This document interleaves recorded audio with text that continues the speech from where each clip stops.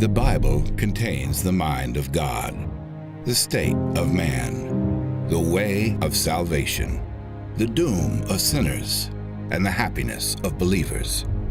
Its doctrines are holy, its precepts are binding, its stories are true, and its decisions are immutable. Read it to be wise, believe it to be safe, and practice it to be holy.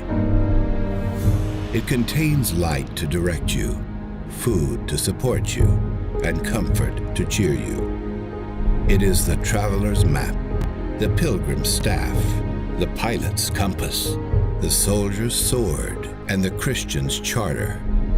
Here, paradise is restored, heaven opened, and the gates of hell disclosed. Christ is its grand subject, our good, the design, and the glory of God, its end. It should fill the memory, rule the heart, and guide the feet. Read it slowly, frequently, and prayerfully. It is a mine of wealth, health to the soul, and a river of pleasure. It involves the highest responsibility, will reward the greatest labor, and will condemn all who trifle with its sacred contents.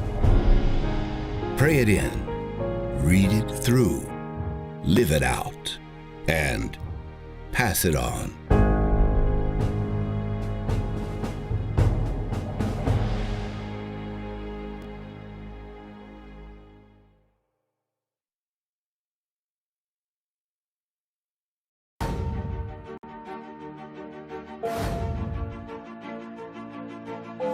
And when we have accurate knowledge,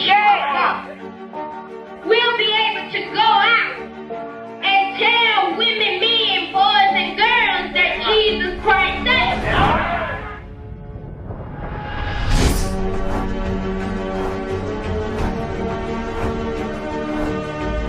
The spirit that's in you is to be innovative, to defy the odds, to go against the grain, to go against tradition, to do a new thing, to do a radical thing.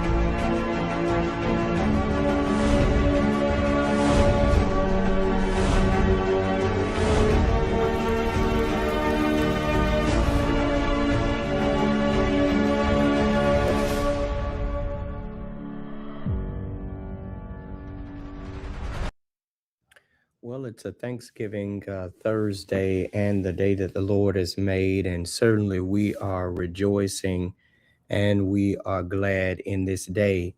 I want to take this opportunity just to welcome you to the Takeoff Prayer Call, a ministry of Igniting the Flame, and how deeply grateful I am for each of you and your daily commitment to prayer and to seeking God as we endeavor to start today and each day off the right way.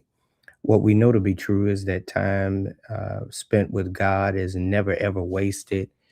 It always sets the tone, the pace, and the tempo for our day, whereby we can boldly declare it. This day was made for me, and I was made for this day. Come on, declare that with me. Type it in the comments. This day was made for me, and I was made for this day. That's why we're starting it off, family, the right way. And I'm glad that God has given us this opportunity of prayer and seeking Him, starting our day with Igniting the Flame, which, as I always remind you, we're not a church, we're an evangelistic ministry that continues to bring you this daily message of encouragement, of empowerment, igniting you as you go forth into your day.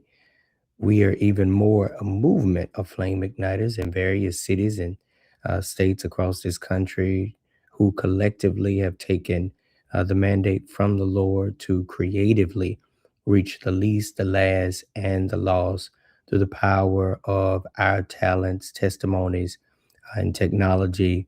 And you are a part of it. Would you take a moment now? I want to reach as many people as possible. Share, tag someone in this broadcast, be a virtual evangelist, be a digital disciple, so that we can reach as many as possible to the glory of our God. We're continuing in day 18, and we're pushing forward. We're pressing toward the mark. And I hope that you're staying in faith and in prayer and in focus as we navigate this time and place and space. I also hope that, especially for our family in Pittsburgh, that you are safe. This weather is affecting so many in different ways across this country, and we are continuing to assess the weather situation. We're believing God that things will continue to progress, that we can be together on Sunday, and I can't wait to see you. But listen, during this time, we're lifting all of our sick, all of our shut in, all of our bereaved. And I want to thank you for your prayers yesterday as we traveled to Alabama, remembering the life and the legacy. 1 year ago, Mr. Rodney Rudolph transitioned, and yet we had a time of remembrance, but also fellowship. Today, I am headed to the Grace Baptist Church to honor the life of Mother Betty Carter. I always say God is giving me now a Betty everywhere we go. We have Sister Betty Alexander at Central, and God gave us a Betty at Grace Baptist. In fact, two, Mother Betty Satterwhite and Mother Betty Carter. And I want to thank God for the life and the legacy of Mother Betty Carter today. And so it is in light of that that we lift up her family, and that we are only on Facebook and YouTube today. We also celebrate all of our birthdays, all of our anniversaries. If today is your day, let us know. Be happy to say happy birthday or anniversary to you in the comments. Thank God for your life and your love, and you know it. We love you, and there's nothing you can do about it. We're continuing to navigate these chapter 26 of the Bible, and this has been a powerful series thus far. Today, we find ourselves at Deuteronomy chapter 26 and verse number 5. Now, we deal with the full chapter, but we highlight a verse that becomes sort of the spine or the crux for the chapter. And in Deuteronomy 26, we are here at verse number 5. Now, hear the word of the Lord. Then you shall declare before the Lord your God, my father was a wandering Armenian,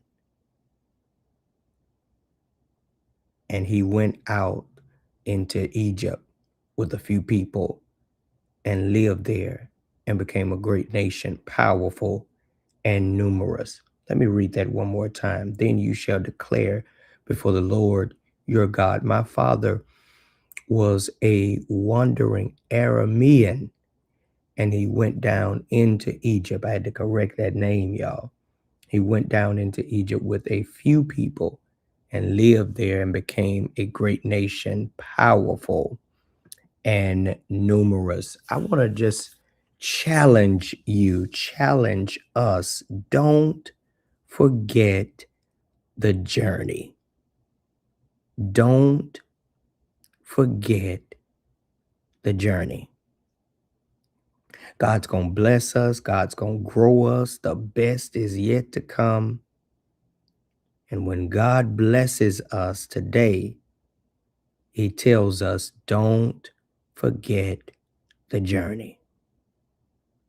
I've discovered that one of the greatest dangers in life, family, is not hardship. It's arrival. You see, struggle, when you down on hard times, you'll pray, no problem coming to church, no problem getting on the prayer line. It's when you get successful that becomes the real test. And it is a test of your memory. And I believe that God centers us in this Deuteronomy 26, because he says, I want to bless you.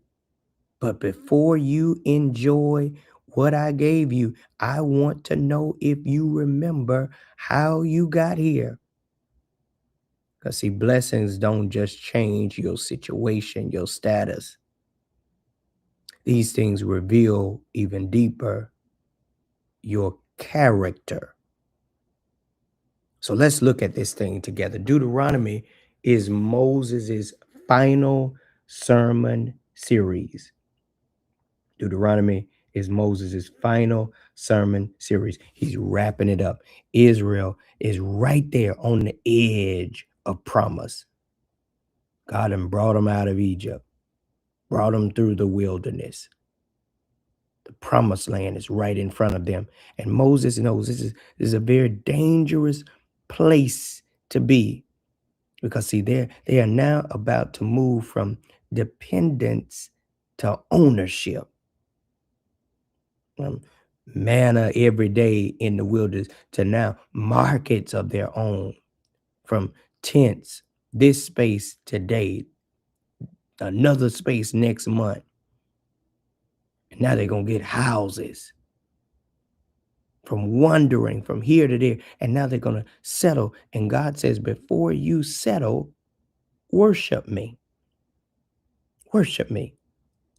Now, let's look at this, because God desires a testimony from his people. Now, yes, this is where God begins to institute the tithe as he has according to Levitical law. But God said, when you get there, don't just bring the first fruits, but bring them, place them before the altar, and say something. That in essence, our worship cannot be silent, but you got to say something. And what informs what you say is your memory. That when I think of the goodness of Jesus and what he's done for me, my mouth, my soul cries out. So God tells them here in verses 1-4, don't just give me fruit, give me your story. Somebody declare, I got a testimony. I got a story. And notice here in verse number 5, he talks about how his father is a wandering Aramean. This is Israel's testimony. They don't start with strength. They don't start with power. They don't start with land. They start with wandering. God makes them say, when you come before me, we were unstable. We were vulnerable. We were outsiders. See, a lot of folk come before the Lord and they think they always been where they are today. But he tells them, remember, this is the Lord speaking. The Lord said, when you come before me, I want you to remember, not that I forgot. It's you that forgets how you were, your ancestors were wanderers. Remember your brokenness.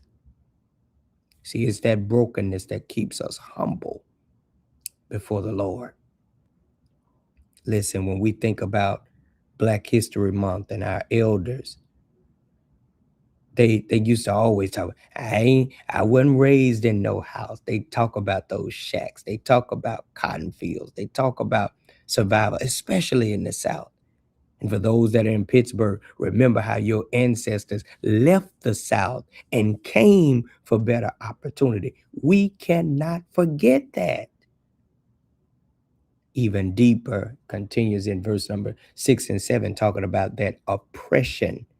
Yeah, slavery and suffering and crying out and waiting. God makes them say this aloud. Why? Because see, when folks start prospering, they forget their pain. But if you don't remember your struggle, you become insensitive to people that are where you once were. And in verse number 8 and 9, they testify. We didn't just struggle. We didn't just go through, but God brought us out. Somebody declared, God brought me out. Yeah. He said, don't just confess that you were wanderers and that you had to struggle. But in verse number 8 and 9, he tells them, you must confess. The Lord brought us out. Come on, type it. The Lord brought us out. And he brought us out with a mighty hand. That it wasn't Pharaoh that just let us out. It wasn't just strategy that got us. No, it wasn't strength that got us out. It was the Lord. God did it. Is there anybody that can look back over your life on this Thanksgiving Thursday and just say, God did it? God brought me out. Yeah, this is true liberation theology. Folks talk about liberation theology. It's not just human agency. It's not just our ability. It's not just our protesting. It's not just our mass meetings. It's the Lord that brought us out. And watch this. It is in verse 10 and 11. They bring the first fruits to the Lord before they enjoyed the harvest. God teaches them, honor me before you get cool, comfortable, and collect and relax. Worship first. Thank me first. Obey me first. Don't wait till you comfortable to be faithful. A whole lot of us say, well, I'd give more if I had more, and I participate more if I had more time. And we always say we'll do more when we get more. No, most likely you're going to do the same thing you're doing now when you get more. Start with what you got. God said, with what you got, honor me. Because everything you are, I made you. And everything you have, I gave you. But then he said, now, don't forget the least, the left out, the looked over. In verse number 12 through 15, he shows them it's not just about honoring me with your first fruit, but remember the Levites. That's the temple staff, church staff. That's what that represents. But then he said, remember the foreigners, the immigrants, the orphans, the widows. He said, if I bless you, it's not just for you, but look out for those that are blessing you through the temple or through the church. And also remember the immigrants, because you were once one. It's amazing. All these people who are writing legislation, who are crafting policies that affect immigrants, their ancestors were immigrants to this place. And their ancestors put out the people that were natives to this place. We ain't going to go there. But he said, remember, if I bless you, you're blessed to be a blessing. But most of all, remember, he closes the chapter this way. You are my treasured people. You're my children. Come on, just say, I'm his. I belong to God. He says, you are my treasured people. And I want you to live like you're chosen. You're not working to become chosen. You don't give to become chosen. You don't pray to become chosen. You're already chosen, and therefore you should give. You should pray. You should serve. You should look out and be a blessing to others. I want you to know, as we live out Deuteronomy 26, that God is calling us to never forget where he's brought us from. Tell our story, especially to the next generation. Worship. Make worship a priority like never before in this year, whether it's virtual, whether it's in person. And sometimes worship got to go virtual so you can learn that it's all right to pray and to praise and to study his word from your home. Give before you get comfortable. Because when you get comfortable, a lot of times you don't give. Remember to take care of God's house because he's taking care of yours.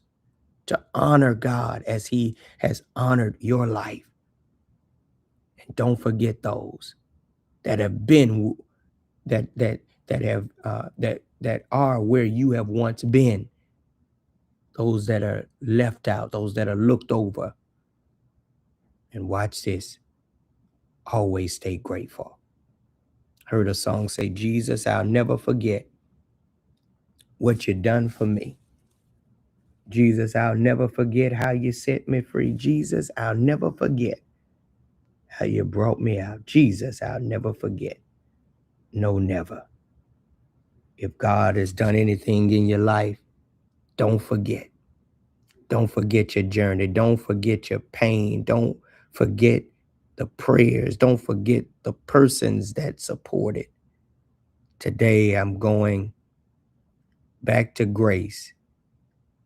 1 year ago, it was the first Sunday of February, I had to tell them that I was leaving, that I was grateful for my time with them, leaving and coming to Pittsburgh. I hadn't been back to Grace since. Today's going to be my first day back. I'm grateful for my journey. Every time I come to Montgomery, a year ago, I remembered the journey, the grief. I remember the sacrifice to get not just a year ago, but this has been a place of my formation where I got my start. I don't know how you got your start. I don't know your history. I don't know your story, but all of us have a story. All of us have a journey. And we must never forget how we got to where we are today. And only God could carry us, could bring us, could bless us. And can I tell you what? He ain't through. He's not through. And you may not be, though, where you want to be and ought to be. But at least thank him. You're not where you used to be. Don't forget your journey. Lord, how we thank you and praise you. We magnify your holy and righteous name. You've been so good, and you really have brought us a mighty long way. Thank you for our journey. Thank you for how far you brought us and how you've kept us in every way. We're confident you hadn't brought us this far to leave us. The best is yet to come. Help us to stay humble, to stay grateful. And as you blessed us, to remember to bless others. In Jesus' name, amen. Family, this message is for everybody that's got that testimony, and I want to challenge you to share this message. Be a blessing to somebody with this word on today. I've got to sign off, but would you help me share this word on today? Also, as we navigate this chapter 26 series, as you're blessed each and every day, whichever message blesses you when you are so fed and feel led, you can sow, whether it's 26 or whatever your best seed is. You can do it via Cash App, $Ignite, CDMIGNITE, CDM, only if you're led, only if you've been fed. For those today that won't forget their journey. Hey, may the Lord bless you. May the Lord keep you. Pray with and for me as I travel today and as we do our best to get back on Saturday. Be safe, y'all. Be safe. And as always, we love you, and there is nothing you can do about it. Be blessed.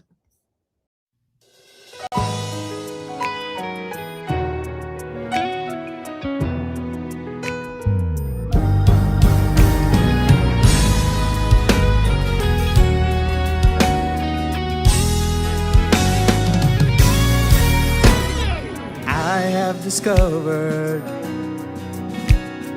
evil wants to overtake me.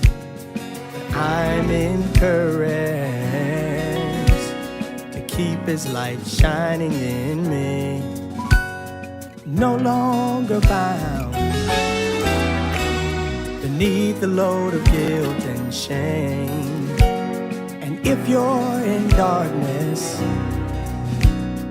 He can bring a change. Ignite your flame. Don't be ashamed. Don't be Lift up ashamed. your voice. Stand and proclaim. Lift your voice. Prove what God can do. What God can do. Show others He lives in you. Lives in you. Oh, ignite your flame. This is what He wants you to do. Oh, ignite. Ignite your flame. I believe you can do it. Listen, I know it may seem hard right now, but I discovered that evil is overtaking me. But I'm encouraged. I've got to keep the light shining. No longer bound beneath the load. And if you're in darkness, I know He can make a change. Make a change. Don't be ashamed. Stand and proclaim. Be living proof what God can do.